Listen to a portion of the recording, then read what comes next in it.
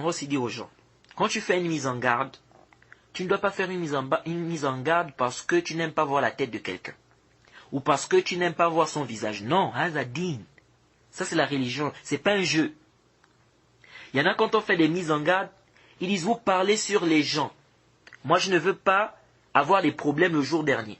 Donc je ne parle pas sur les gens, je ne fais pas de mise en garde. Wallahi, tu auras des problèmes yawm al-qiyamah.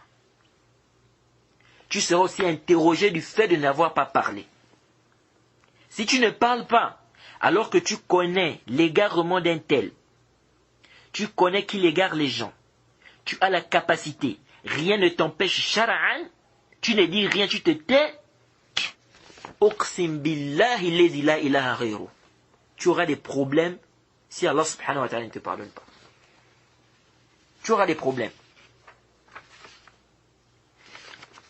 Donc beaucoup de gens pensent que si tu ne parles pas sur les gens, tu ne fais pas des mises en garde, tu es à l'abri. وهذا قول باطل وجهل محض. Ça c'est quoi? C'est une parole qui est nulle, fausse, non avenue, à rejeter avec la toute dernière énergie, et c'est le jahl mahd. C'est faux, c'est batil. Tu seras aussi interrogé, mon frère. Pourquoi tu t'es tué devant le faux? Allah n'a-t-il pas dit لعن الذين كفروا من بني إسرائيل على لسان داود وعيسى بن مريم ذلك بما عصوا وكانوا يعتدون كانوا لا يتناهون عن المنكر فعلوه لبئس ما كانوا يفعلون. Sourate 5 verset 78. Allah subhanahu wa ta'ala n'a-t-il pas dit, selon la traduction rapprochée, ont été maudits ceux qui ont mécru parmi les enfants d'Israël par la bouche de Daoud et Aïssa, parce qu'ils désobéissaient et transgressaient. Ils ne s'interdisaient pas les uns aux autres ce qu'ils faisaient de blâmable, comme est mauvais certes ce qu'ils faisaient. Comme est mauvais certes ce qu'ils faisaient. Alors pourquoi ont-ils été maudits ici? N'est-ce pas parce qu'ils se sont tus sur le mal qu'ils faisaient? Ils faisaient le mal et ne s'interdisaient pas, n'est-ce pas? Ils ne s'interdisaient pas le mal. N'est-ce pas à cause de ça qu'ils ont été maudits?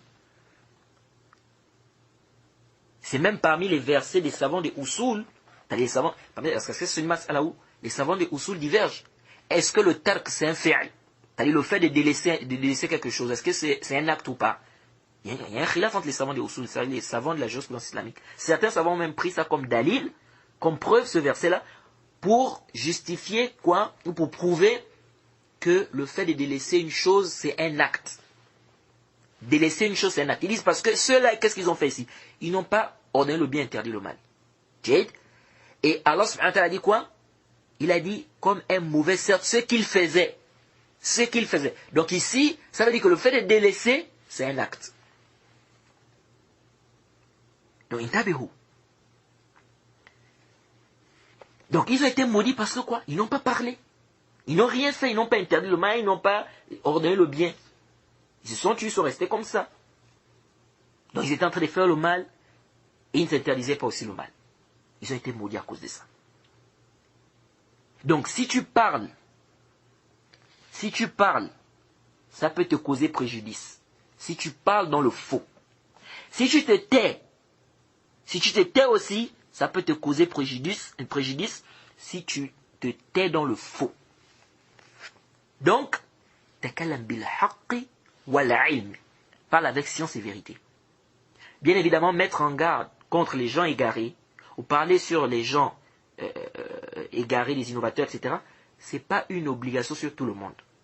S'il y a déjà des frères qui ont parlé sur un égaré, qui égare les gens, avec preuve, et que ça suffit, tous les autres frères ne sont plus obligés de faire des mises en garde, ou bien de parler sur cette personne, sauf si la personne est questionnée.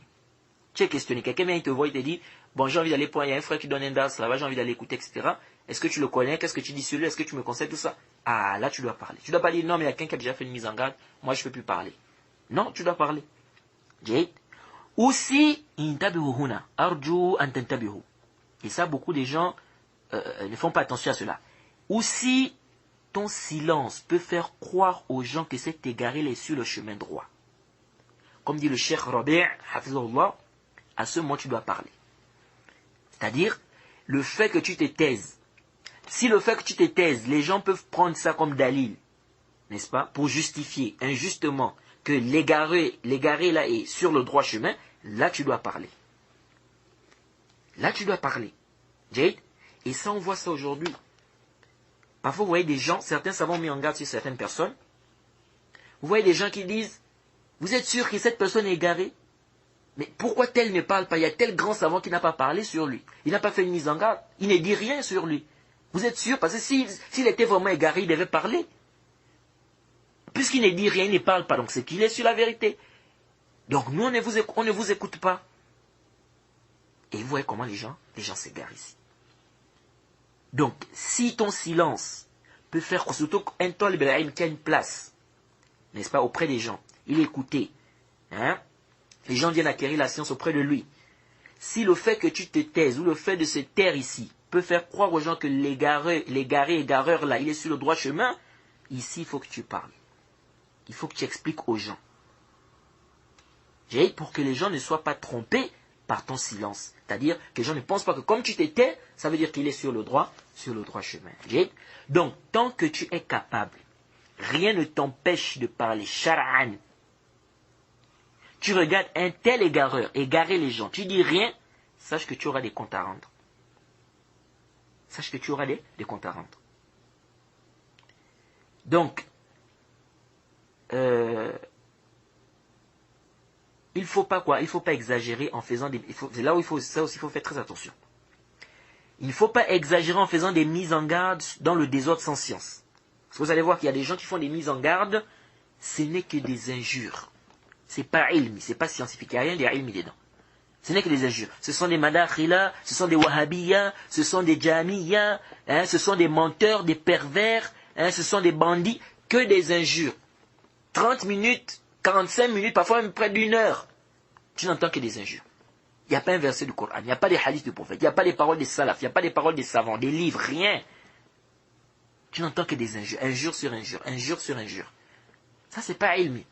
D'autres, ils font des mises en garde, c'est-à-dire des choses, tu dis, mais est-ce que ça nécessite même de faire, c'est-à-dire, est-ce que ça, on a besoin de faire une mise en garde pour ça? Parfois, des choses privées, la personne vient, il amène ça comme ça, c'est des trucs, tu dis, mais c'est quoi ça? Donc, la mise en garde, on ne doit pas exagérer, on ne doit pas faire la mise en garde dans le désordre. Et il ne faut pas aussi être laxiste de l'autre côté, en se taisant sans raison valable. Il faut être au juste milieu. Takalam bil haqqi wal ilm. Parle avec science et vérité.